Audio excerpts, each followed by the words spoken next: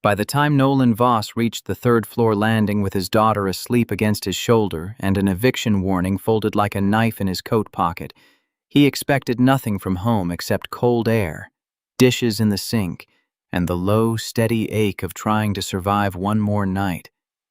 What he did not expect was the smell of orange oil soap floating under the door of apartment 3C, or the yellow glow of every lamp turned on inside, or the faint sound of someone humming softly while scrubbing years of grime from the place he had been too exhausted to keep from falling apart.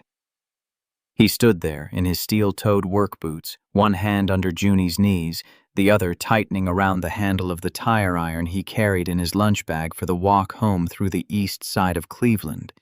And for one suspended second, all he could think was that some desperate stranger had broken into the poorest apartment in the building and decided, for reasons known only to God, to make it clean before robbing it. Then the humming stopped. A chair scraped against the kitchen floor. Nolan lowered Junie carefully until her small sneakers touched the hallway carpet. "Stay behind me, Junebug," he whispered. His little girl blinked up at him, drowsy and pale beneath her purple knit hat, clutching the stuffed fox her mother had sewn from an old flannel shirt. Nolan nudged the door open with his boot and stepped into the apartment ready to swing, ready to beg, ready for anything except the woman standing at his sink with soap on her wrists and tears in her eyes. Lila Westbrook, founder and chief executive officer of Westbrook Rail and Freight, a woman whose face had been printed on business magazines and whose name appeared on the side of half the trucks Nolan repaired for a living, was washing his daughter's cereal bowl with both hands trembling over the chipped porcelain sink. She did not look like the woman employees whispered about in break rooms and loading docks, the woman who could walk through a terminal and make grown men straighten their backs out of fear. Her charcoal coat was folded over the back of one of Nolan's mismatched chairs. Her cream blouse was damp at the cuffs. A streak of dust ran along her jaw, and her dark hair, usually smoothed into an immaculate knot, had come loose around her face. On the counter beside her sat 3 brown grocery bags filled with milk, bread, oranges, chicken soup, children's cough drops, and a little packet of glitter hair clips Nolan knew Junie would have stared at for 10 minutes in the dollar aisle without asking for them. The apartment had been changed by labor, not money. The toys were stacked in a blue crate by the wall. The overdue envelopes that had lived on the table like a second family were sorted into piles with neat sticky notes on top. The radiator had been wiped down. The old curtains were washed and hanging damp over the shower rod. Even the little framed photograph of Mara, Nolan's wife, had been cleaned and set upright on the windowsill where streetlight silvered her smile. Nolan stared at that photograph first, then at Lila Westbrook, and the anger came because fear needed somewhere to go. "How did you get in here?" he said, his voice low enough that Junie drew closer to his leg. "You have 10 seconds before I call the police." Lila turned off the faucet, but she did not move toward him. The only sound in the room was water ticking from the dish in her hand. "The lock on your door can be opened with a grocery card," she said, and then seemed to understand the absurdity of saying that while standing in the home she had entered without permission. "I'm sorry. I know how this looks." Nolan let out a short, humorless laugh. He had spent 12 hours at Westbrook's Collinwood maintenance yard lying beneath frozen trailers, replacing brake chambers with fingers so numb he had trouble turning the socket wrench, while a shift supervisor named Darrow Pike told him that men with family problems were always the first to become safety problems. Nolan had skipped lunch to call the hospital billing office, then spent his afternoon pretending he had not heard Darrow mention layoffs near the fuel pumps. He had picked Junie up late from Mrs. Alvarez's apartment daycare and carried her home because her breathing had been tight after gym class. His shoulders throbbed, his eyes burned, and his whole life was balanced on overdue rent, a child's inhaler, and one job he could not afford to lose. He did not have room in his mind for billionaires at his sink. "This isn't a misunderstanding," he said. You broke into my apartment. You're my boss's boss's boss. You don't know me. You don't get to come here and touch our things." "I know," Lila said, and the way she said it made him pause. There was no executive polish in her voice, no order, no practiced apology shaped by lawyers. She looked toward Junie and seemed to lose what little composure she had left. The girl had stepped out from behind Nolan, rubbing one eye with her sleeve, her cheeks flushed from the cold. Junie was 8 years old and small for her age, with serious hazel eyes, a narrow chin, and a stubborn curl at the left side of her forehead that no brush could defeat. It was the curl Mara used to twist around her finger when she was thinking. Lila saw it and put one hand on the counter as though the floor had tilted. "Juniper," she whispered. Nolan's blood turned hot. "Don't say her name." Lila flinched. Junie looked between them, confused. "Daddy, why is that lady crying?" she asked. Nolan reached back for his daughter without taking his eyes from the CEO. "Go sit on the couch, baby." Junie obeyed, dragging the stuffed fox by one ear. Nolan waited until she was several feet away, then stepped closer to Lila. "Tell me why you're here. Right now." Lila pressed a wet hand to the center of her chest. At first, Nolan thought it was nerves. Then he noticed the gesture was not random. It was protective, almost reverent. Her fingers curled over her sternum as if holding something inside her body in place. "Because I owed your wife more than flowers sent through an anonymous foundation," she said. Nolan went still. The tire iron slid from his hand and struck the floor with a dull clang that made Junie jump. Lila's eyes closed, and when she opened them again, the tears spilled freely. "Because the heart keeping me alive belonged to Mara." For a moment, Nolan heard nothing at all, not the radiator's dry knocking, not the traffic hissing along St. Clair Avenue, not Junie whispering to her fox. The room narrowed to Lila's hand against her chest and the photograph on the windowsill. Mara in a denim jacket at Edgewater Park, hair blown across her face, laughing at something Nolan no longer remembered saying. Mara, who had sung off-key while making pancakes. Mara, who had carried emergency granola bars in every purse and cried at commercials about old dogs. Mara, who had been declared brain-dead in a room that smelled of antiseptic and burned coffee, while Nolan stood with a pen in his hand and a social worker gently explaining donation forms. "No," he said, but it was not an argument. It was a plea. "No. We were told it was private. We were told nobody would know."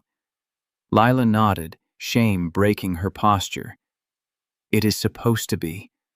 I broke that boundary. I have no defense for it. Since..." Nolan's mouth trembled, and he hated her for seeing it.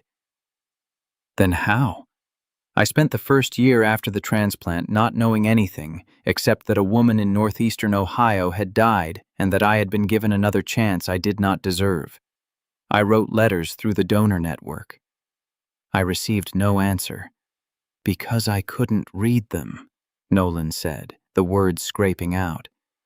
"Because every time I saw that envelope, I thought about signing away parts of my wife while my daughter slept in a vinyl chair." Lila absorbed that like a blow. "I understand." "You don't understand anything." "No," she whispered. "I didn't. That's why I did something unforgivable. I hired people who could find what the law was meant to hide. Hospital timing, accident reports, public records, obituaries. I told myself I only wanted to know her name so I could honor her. But the truth is, I was haunted. And rich people are very good at confusing haunting with permission." Nolan backed away until his shoulders touched the wall. His knees felt unreliable. The accident returned in pieces, as it always did. Black ice on the shoreway, a delivery van sliding sideways, headlights spinning, Mara's wedding ring in a plastic bag with her driver's license, Junie asking from Mrs. Alvarez's couch when Mommy was coming home. Mara had not died all at once. Her body had lingered long enough for doctors to use phrases that sounded gentle and final at the same time. Nolan had signed the forms because Mara had checked the donor box, and because she had once told him, standing in line at the DMV, that if anything happened to her, she did not want the good parts wasted. "So you found us," he said. "And what? You decided to play guardian angel?" Lila looked down at the suds clinging to her fingers. "At first I donated money to the hospital fund that had handled some of Mara's care. Then I discovered it never touched your bills. I tried to create a scholarship under a name that wouldn't lead back to me. My attorneys said it could raise questions if it was tied to donor information I had no legal right to possess. I learned you worked for Lakeshore Tractor Service, and 6 months later, Westbrook acquired it." Nolan's head lifted. "You bought the yard because of me?" "I bought a struggling repair outfit because its contracts made sense on paper," she said softly. "But yes, I made sure that deal went through because you were there. I told myself if you became part of Westbrook, I could protect your benefits, your schedule, Junie's coverage. I had HR move your health plan to the best tier after the merger. I had your name put on a list of employees who were not to be cut." Nolan stared at her in disbelief.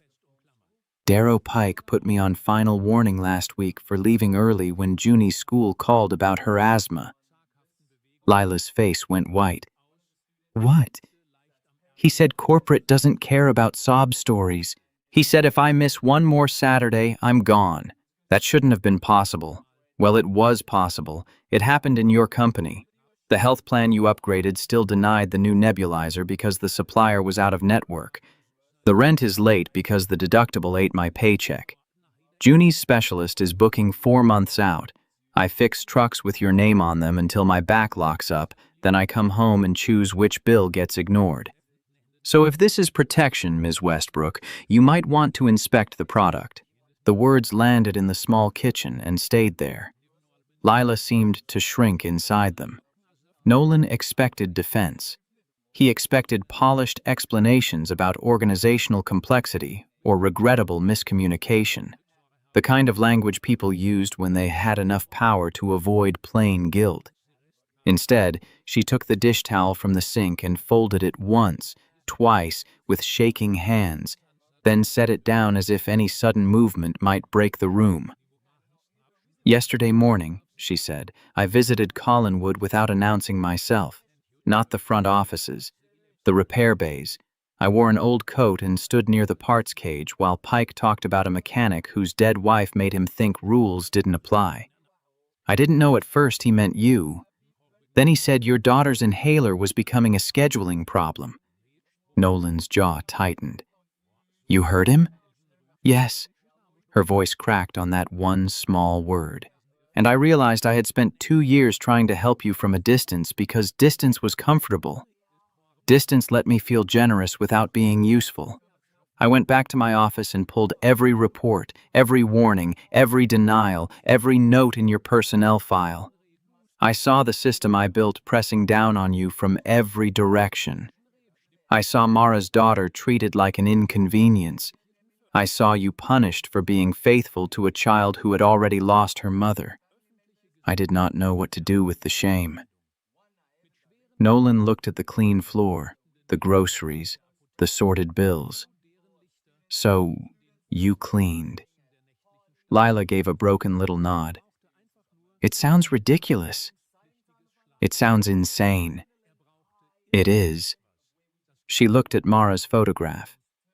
"But after the transplant, when I was learning to walk down a hallway without fainting, I used to have this strange memory that wasn't mine. Not a picture exactly, more like a feeling. Warm kitchen light, someone singing, the smell of orange peels in a pot of water. I know doctors would say it was imagination, medication, grief. Maybe it was. But when I read about Mara, when I saw she had been a school cafeteria manager and a mother, and the kind of person who organized coat drives without putting her name on the flyer. I thought, this heart belonged to a woman who did things with her hands. She fed people. She cleaned messes. She stayed. I have spent my life paying other people to stay. I wanted, for once, to be the one who did. Nolan wanted to keep hating her cleanly because clean hatred would have been easier than the terrible mess of what he felt. She had violated the privacy of his grief. She had manipulated his employment. She had entered his home without asking. She had also saved every piece of mail he had been too ashamed to open and bought the lactose-free milk Junie needed without being told. Beneath her blouse beat the muscle that had once raced under Nolan's palm when Mara laughed too hard. The thought made him dizzy. "You need to leave," he said. Lila nodded as though she had been expecting that sentence from the moment he came through the door. "I will. I just wanted to explain." "You explained too much." "I know." "And tomorrow?" he asked, anger rising again because practical fear always waited beneath grief. "Do I still have a job? Does Pike find out I talked to you and make my life worse? Do lawyers show up because you broke laws and now I'm part of it?" Lila straightened then, and for the first time he saw a trace of the formidable woman from the company videos. Not coldness, but a hard, disciplined clarity. "You will have a job. Pike will not supervise anyone again. Your benefits will not disappear. My legal exposure is mine, not yours. No one will force you into public gratitude, public silence, or anything else. I have already prepared documents transferring funds into a blind medical trust for Junie in a way my attorneys believe can stand even if challenged, but I won't file anything without your consent. You don't get to buy forgiveness. I'm not asking for forgiveness." Her eyes moved toward Junie, who had curled up on the couch with her fox against her chest, watching them with the solemn attention of a child who had learned too early that adults could break.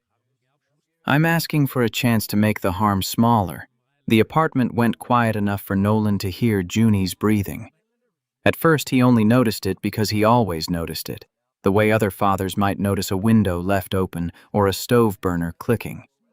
Every inhale mattered to him. Every cough in the night could lift him from sleep like a fire alarm. Now there was a faint whistle under the breath, a thin, reed-like sound. Nolan's head turned. Junie sat upright, one hand pressing at the base of her throat. "Daddy," she said, and the single word was stretched tight with effort. Nolan crossed the room in 3 strides.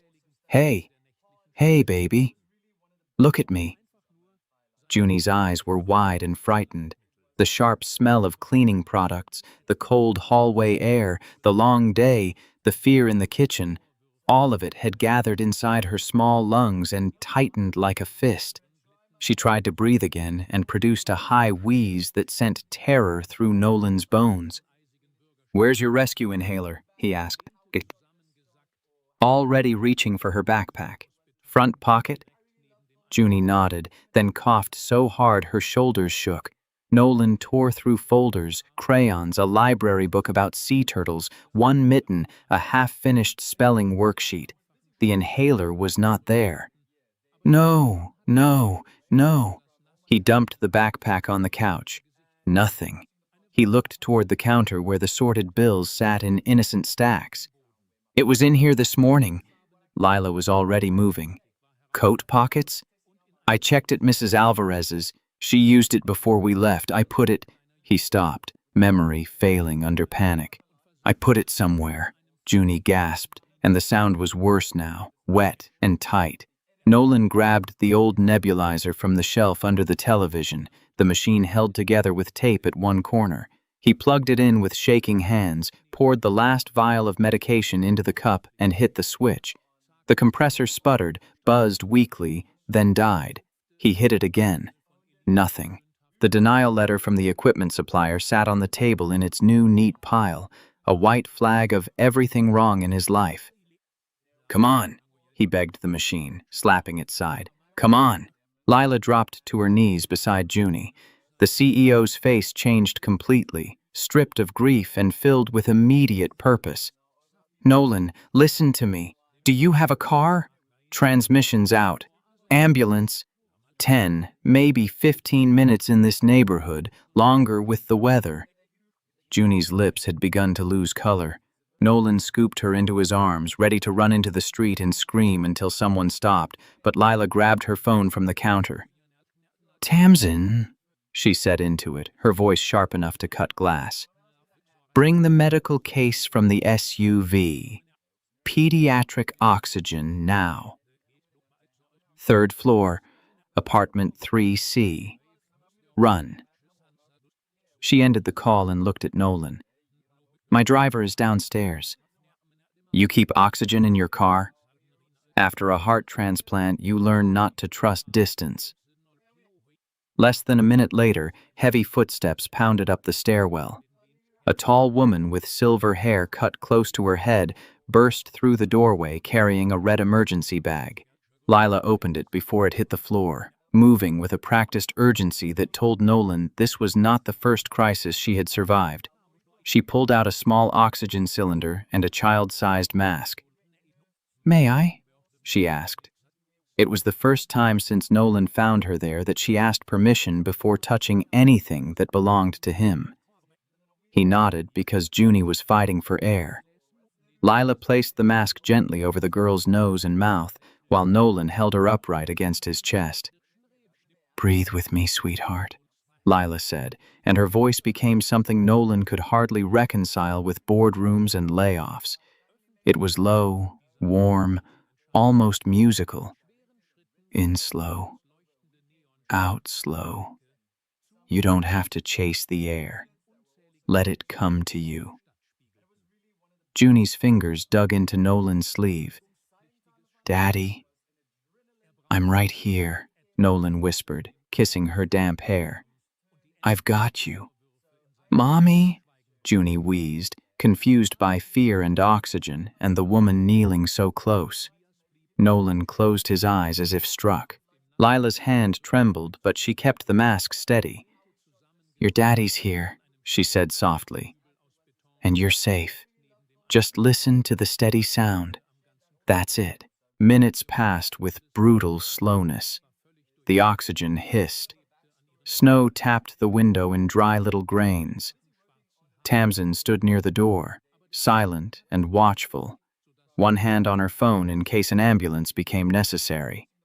Nolan counted Junie's breaths because counting gave him something to do besides fall apart. The wheezing eased by fractions. Color returned to her mouth. Her shoulders lowered. The wild panic in her eyes faded into exhaustion. At last, Junie sagged against him, and Nolan shifted her carefully onto his lap. Lila remained kneeling close, holding the mask until the girl could keep it in place herself. Junie turned her head, and her ear came to rest against Lila's chest.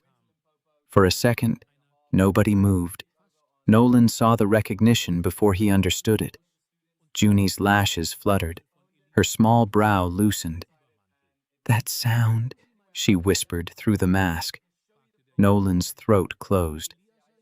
"What sound, baby?" Junie's fingers curled in Lila's damp blouse. "Mommy's song." The words were so soft they might have been imagined, but they landed with the force of a door opening in a house thought abandoned. Nolan bowed over his daughter, one hand covering his mouth, the other pressed against Junie's back where each breath still fluttered. Lila looked down at the child resting against the heart in her chest, and something in her face surrendered completely. Not dramatically. Not for show. She simply became a woman, holding the daughter of the woman who had saved her, and every wall she had built from money, discipline, grief, and fear came down in the small, shabby living room. "It's still singing," Lila whispered, tears falling into Junie's curls. "Because your mother was good enough to leave it with us."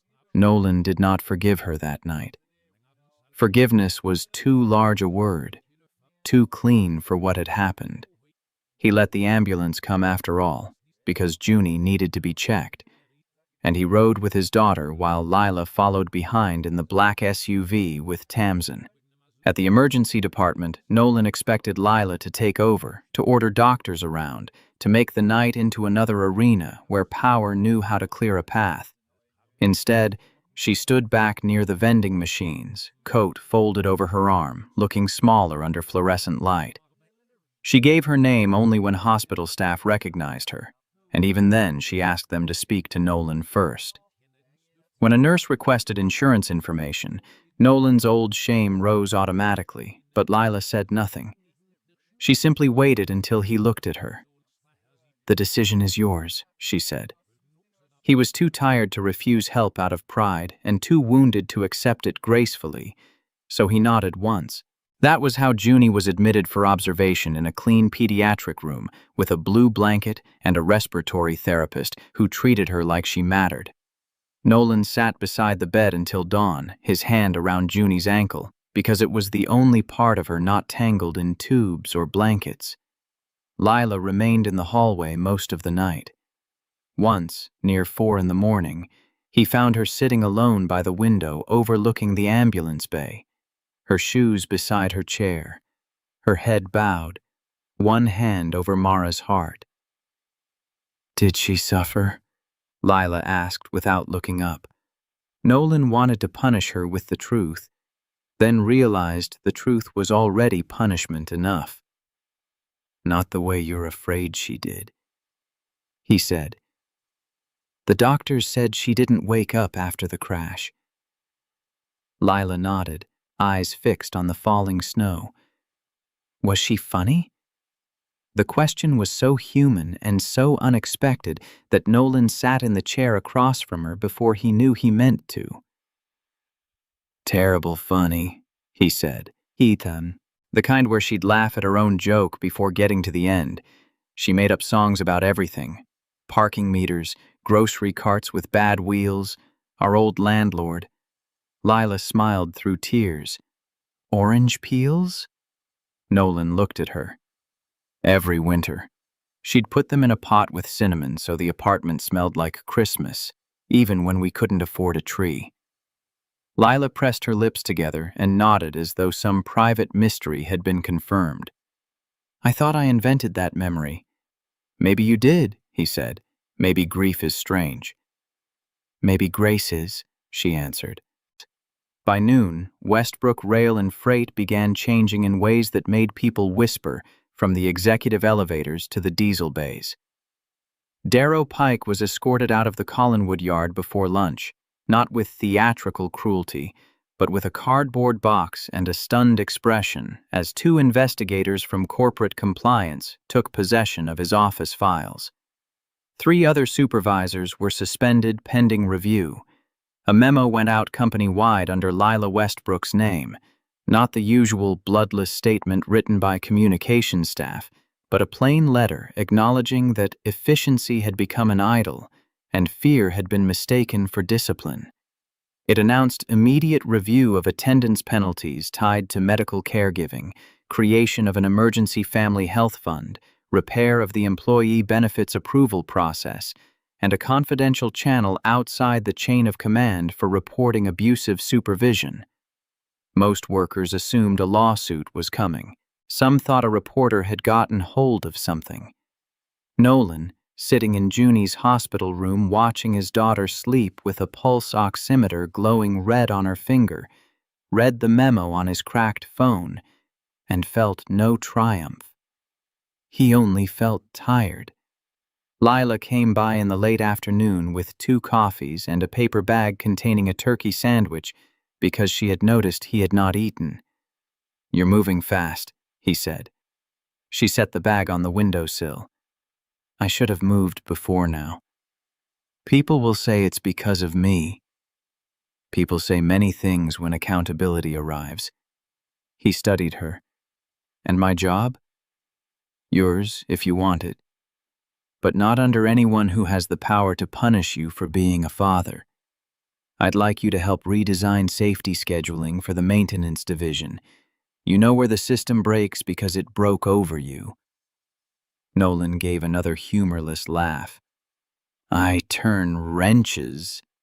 You also kept a child alive on paychecks my executives treated like numbers. That may qualify you to know something they don't. He looked toward Junie. Her face was peaceful now, color back in her cheeks. I don't want charity. Then don't take charity. Take wages for work. Take benefits you earned. Take repayment where harm can be measured, and refuse anything else. Over the next several weeks, Lila did not become part of Nolan's life in any simple or sentimental way. Life resisted neatness. Junie came home with a new nebulizer delivered by a medical supplier that suddenly discovered the address was inside its service area after all.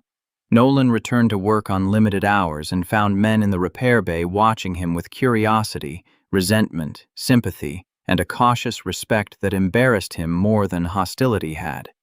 Some assumed he had powerful connections.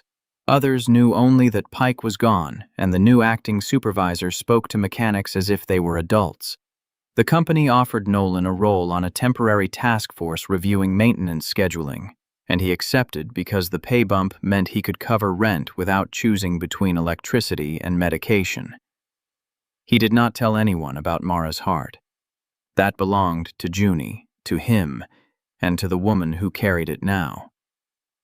Lila kept her distance at first, contacting him only through formal channels or short messages asking about Junie's health. Once a week, she sent no gifts, no dramatic gestures, only practical information. The name of a pulmonologist with an opening, a benefits advocate who could explain claims without making Nolan feel stupid, a landlord-tenant attorney willing to inspect the broken locks in his building. Nolan answered with one-word replies more often than not. Thank you. Fine. Tuesday. It was all he could manage.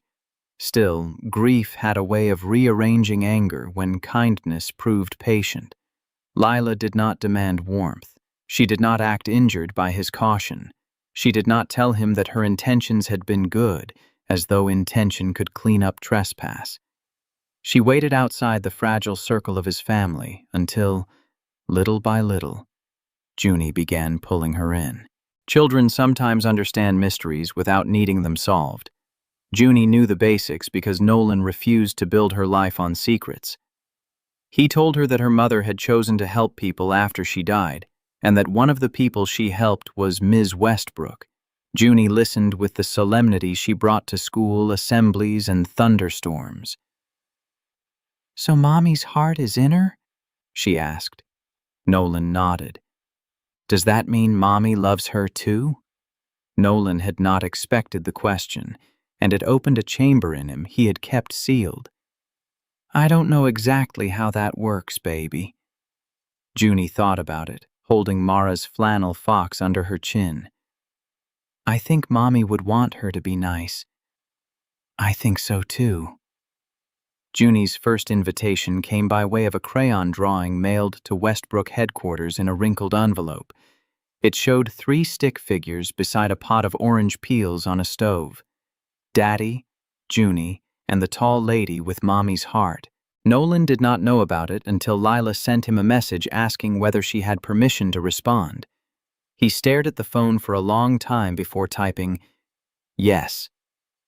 A week later, Junie received a handwritten card, not on embossed corporate stationery, but on plain cream paper. Lila wrote that she kept the drawing on her kitchen counter and that she was learning how to simmer orange peels without burning the pot. Junie giggled when Nolan read that part aloud. She doesn't know how to make Christmas smell? Apparently not. We should teach her. Nolan folded the card carefully. Maybe someday. Someday soon? He looked at his daughter's hopeful face and felt the quiet pressure of Mara's kindness moving through the room. Maybe. That first Sunday was awkward enough to be almost funny. Lila arrived at the apartment building in jeans, boots, and a navy sweater, carrying nothing but a bag of oranges and a cinnamon jar, because Nolan had told her not to bring presents. She climbed the stairs alone, having left Tamsin in the car after a debate Nolan could see had not gone easily. Junie met her at the door wearing glitter clips in her hair and a medical mask because she had a slight cough and had decided to be extra responsible. Nolan had cleaned the apartment himself that morning, not perfectly, but honestly, and Lila noticed without commenting. They stood in the kitchen where everything had begun badly, and Junie demonstrated the sacred recipe as Mara had taught her. Peel the orange in strips, not chunks, add 2 cinnamon sticks, keep the burner low, and never, ever walk away. Because scorched cinnamon smelled like Santa's boots caught fire. Lila laughed at that, a surprised laugh that seemed to startle her as much as anyone. Nolan looked at her over Junie's head and saw, for the first time, the woman beneath the legend. She was not soft exactly. Life had sharpened her. She had grown up in a West Virginia trailer with a mother who cleaned motel rooms and a father whose promises dissolved in whiskey. She had earned scholarships, built a trucking software company from a borrowed office, and survived in rooms where men twice her age called her sweetheart until she made them call her dangerous. Somewhere in all that climbing, she had mistaken loneliness for discipline and control for safety. Mara's heart had not made her gentle. It had made gentleness impossible to keep avoiding. Spring came slowly to Cleveland, dirty snow retreating from curbs, lake wind softening by degrees. Nolan moved Junie out of apartment 3C in April, after the landlord ignored the attorney's 3rd letter, and Lila's legal department helped organize a tenant complaint for the entire building. He did not move into the kind of house Lila first tried to suggest, with too many bedrooms and a gate that made him feel like a museum object. Instead, he found a small rental duplex in Lakewood with a dry basement, working locks, and a maple tree in the front yard. He paid the deposit himself with money from his new position, though Lila quietly covered the old medical equipment balance through the emergency fund now available to every employee who needed it. Nolan knew because the benefits advocate told him the fund had already helped 17 families in its first month. That mattered more to him than any apology. Harm spread through systems. Repair had to spread the same way. At work, he spent half his week in the Bay and half in meetings where executives initially looked at his scarred hands and grease-darkened cuticles as if someone had seated a snowplow in a boardroom. He spoke little at first. Then one director proposed a flexibility model that still penalized emergency caregiving after 2 incidents, and Nolan leaned forward. "Children don't schedule asthma attacks inside policy limits," he said. The room went silent. Lila, seated at the head of the table, did not rescue him or praise him. She simply said, "Continue, Mr. Voss." So he did. He told them how workers hide illnesses until they become emergencies because they are afraid of points. He told them a man operating a lift on no sleep is more dangerous than a man allowed to leave early and return steady.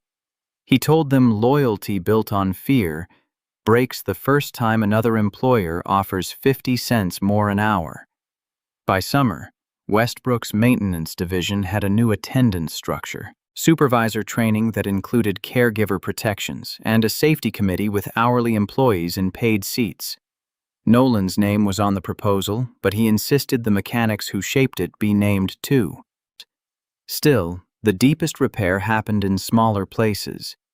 It happened when Junie had a school concert, and Lila sat in the back row beside Nolan, wearing a plain gray coat and holding a bouquet of daisies because Junie had told her roses were too dramatic.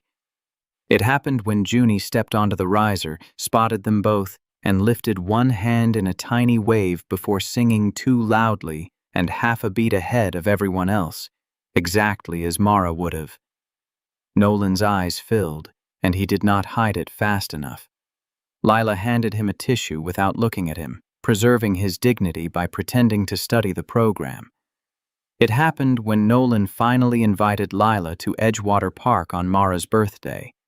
Not as a ceremony, not as a replacement, but because Junie wanted to throw orange peels into the lake for the gulls until Nolan explained gulls did not need cinnamon.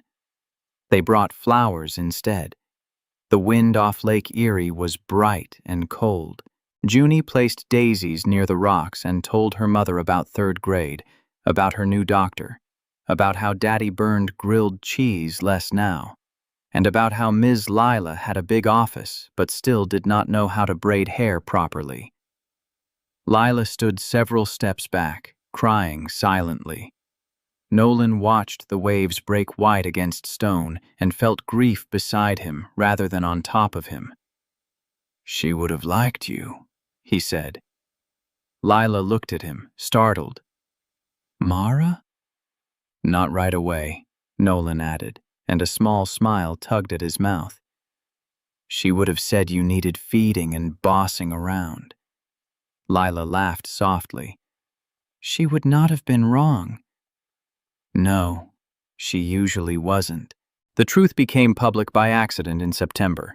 A regional business magazine began investigating Westbrook's workplace reforms, and in the process a reporter found old acquisition records, transplant foundation donations, and enough rumor to start asking questions no one wanted asked. Lila called Nolan before responding. Her voice was steady but tired. "I can deny what I can legally deny, but I won't lie about Mara if they have her name."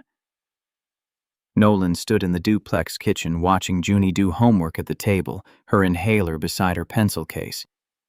"What happens if it comes out?" "I face scrutiny for violating donor anonymity. The company takes a reputational hit. Some people will say the reforms were guilt management. Were they? At first, perhaps. Now they're policy because they're right." Nolan appreciated the honesty more than comfort. "And Junie? I will do everything possible to keep her out of it." But stories, once scented with money and grief, draw attention. Within days, a headline appeared online suggesting that a billionaire CEO had purchased a company after discovering an employee's late wife was her heart donor. The article was not cruel, but it was hungry. Cameras appeared outside Westbrook headquarters. A local station called Nolan's old number. Someone left a note on the duplex porch asking whether he felt exploited. Nolan felt many things, but none of them belonged to strangers. He kept Junie home from school one day when a parent posted speculation in a neighborhood group, and that evening, after she went to bed, he sat on the back steps with Lila while crickets pulsed in the yard. "I hate this," he said. "I know. Mara gave because she was good, not so people could turn her into a headline. I know. Do you?" His voice sharpened, then faltered. Lila accepted it. "Yes," she said.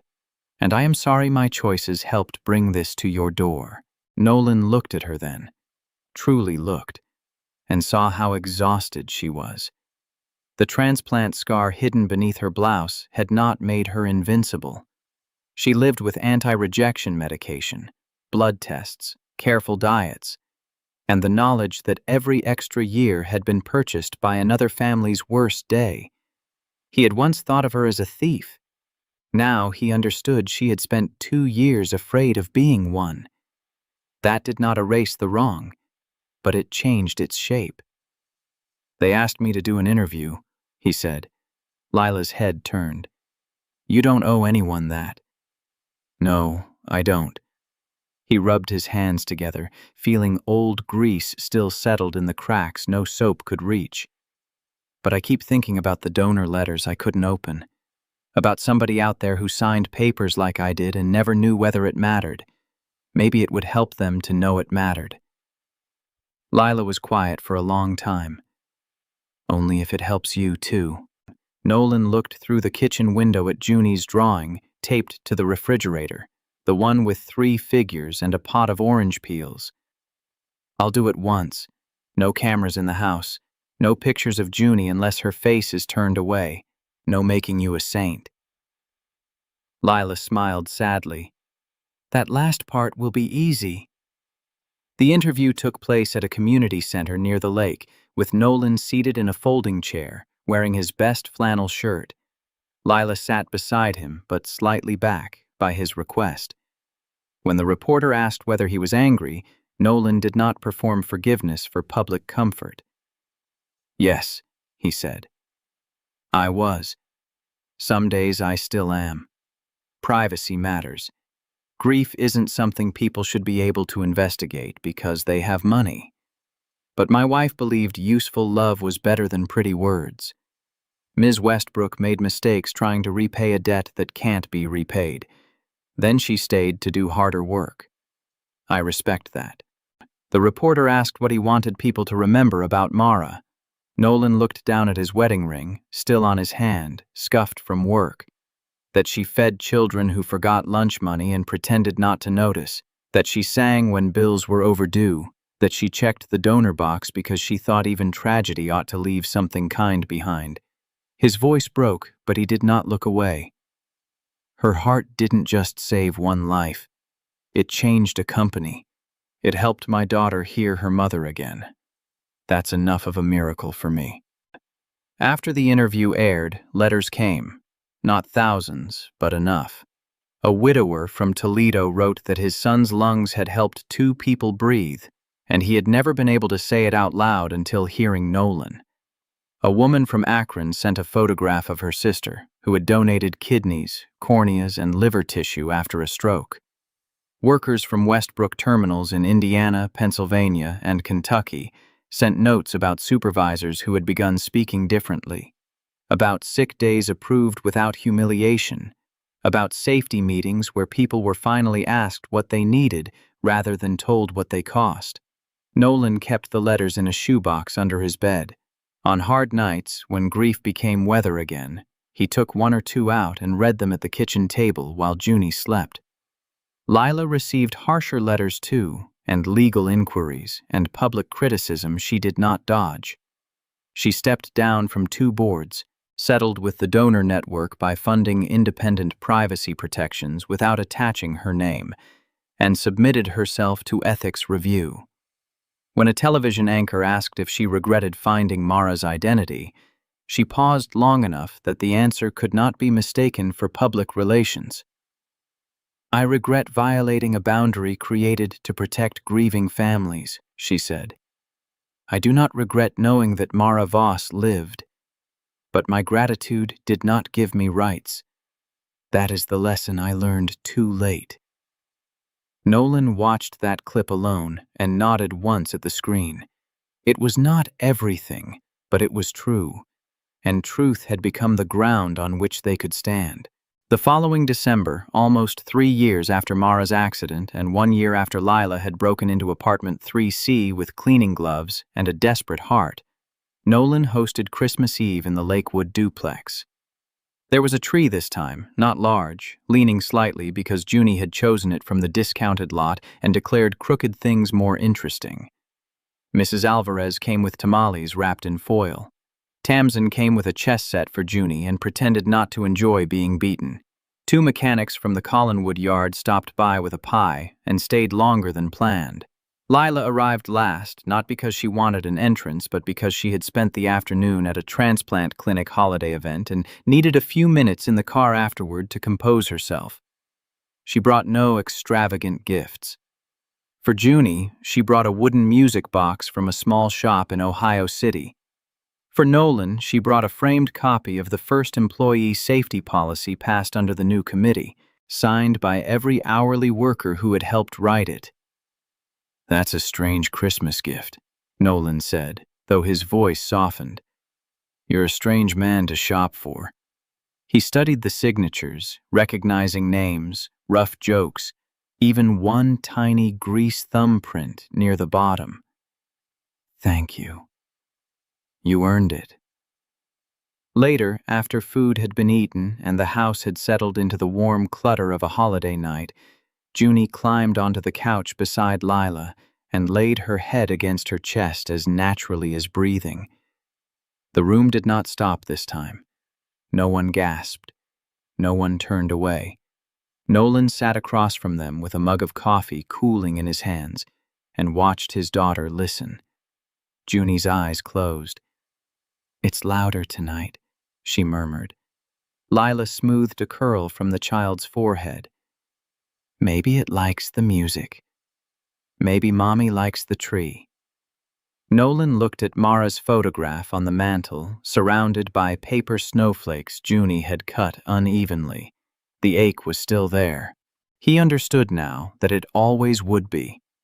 Love did not vanish cleanly, and healing did not mean the wound had never existed.